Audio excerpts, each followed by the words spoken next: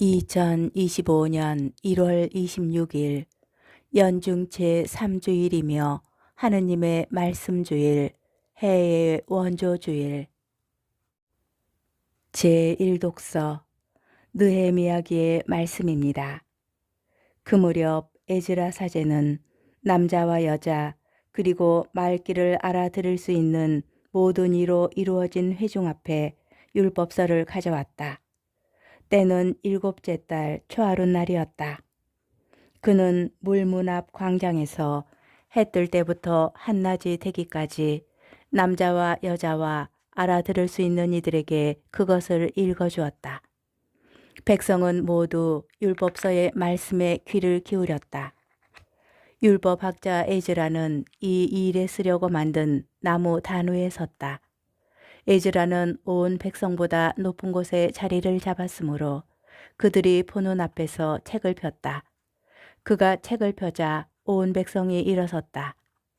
에즈라가 위대하신 주 하느님을 찬양하자 온 백성은 손을 쳐들고 아멘, 아멘 하고 응답하였다.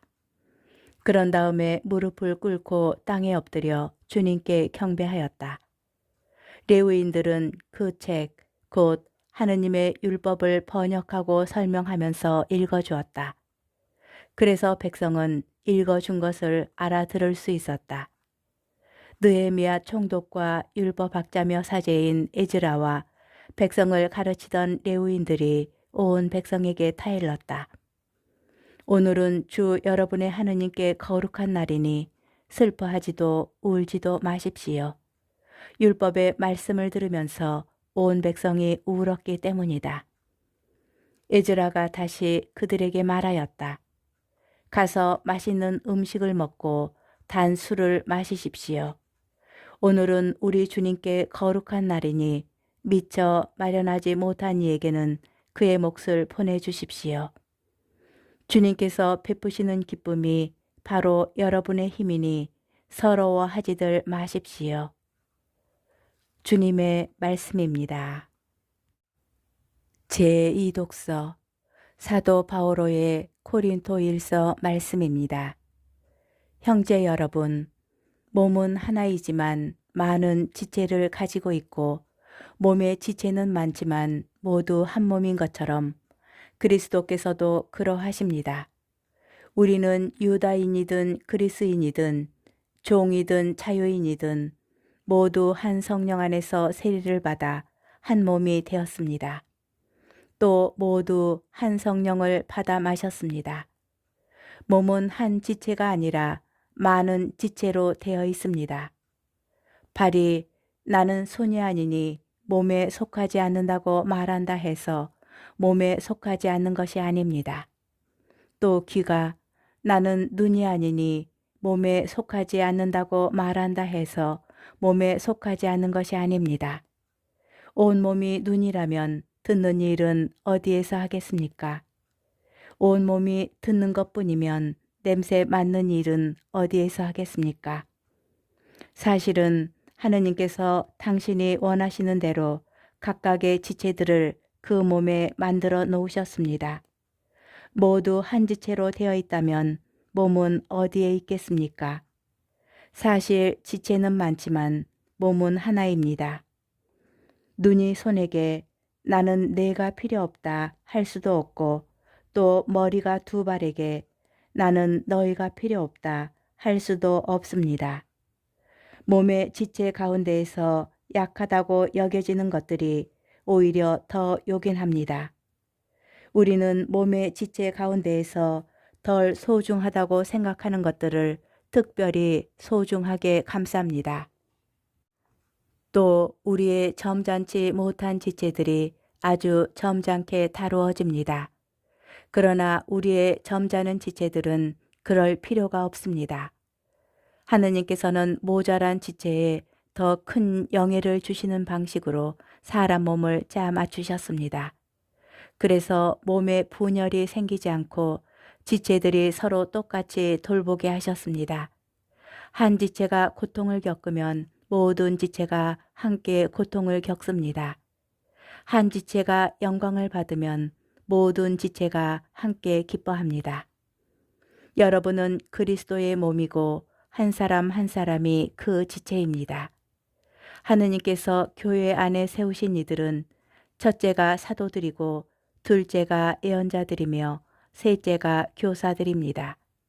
그 다음은 기적을 일으키는 사람들, 그 다음은 병을 고치는 은사, 도와주는 은사, 지도하는 은사, 여러 가지 신령한 언어를 말하는 은사를 받은 사람들입니다.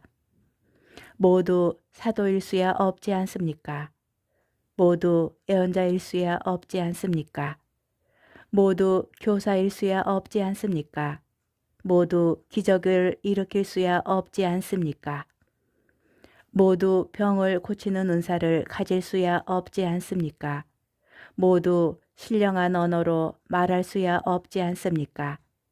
모두 신령한 언어를 해석할 수야 없지 않습니까? 주님의 말씀입니다. 복음, 루카복음 1장 1절에서 21절 사이의 말씀입니다. 우리 가운데에서 이루어진 일들에 관한 이야기를 엮는 과업에 많은 이가 손을 대었습니다. 처음부터 목격자로서 말씀의 종이 된 이들이 우리에게 전해준 것을 그대로 엮은 것입니다. 존귀하신 테오필로스님, 이 모든 일을 처음부터 자세히 살펴본 저도 귀하게 순서대로 적어드리는 것이 좋겠다고 생각하였습니다. 이는 귀하께서 배우신 것들이 진실임을 알게 해드리려는 것입니다.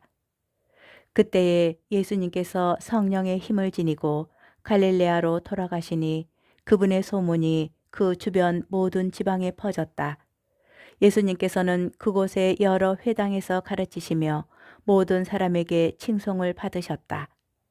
예수님께서는 당신이 잘하신 나자렛으로 가시어 안식일에 늘 하시던 대로 회당에 들어가셨다.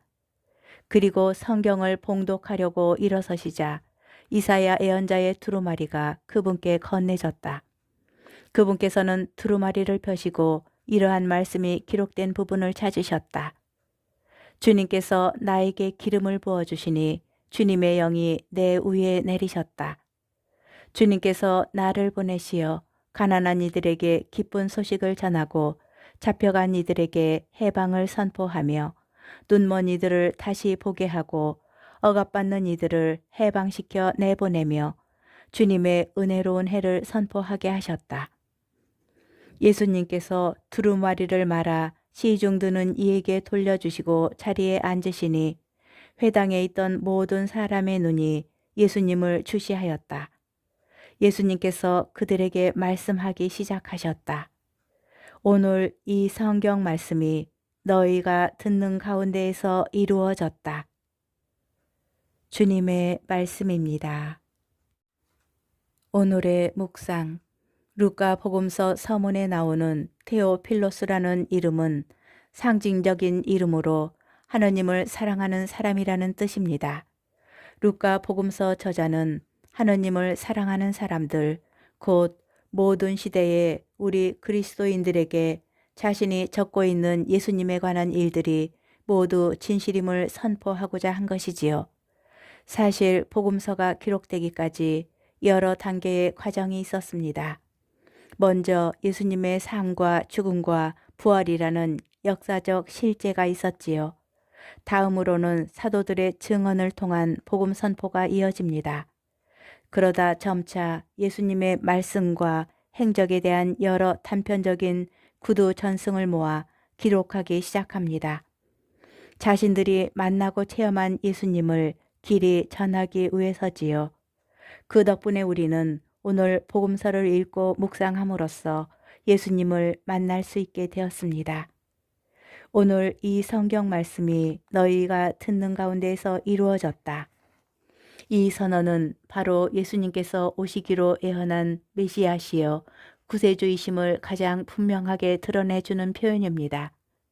당신으로 말미암아 가난한 이들과 눈먼 이들, 무엇인가에 붙잡혀 묶이고 억압받던 이들이 구원과 해방을 체험하게 되었다는, 그래서 많은 이가 주님의 은혜로움을 고백하게 되었다는 것입니다.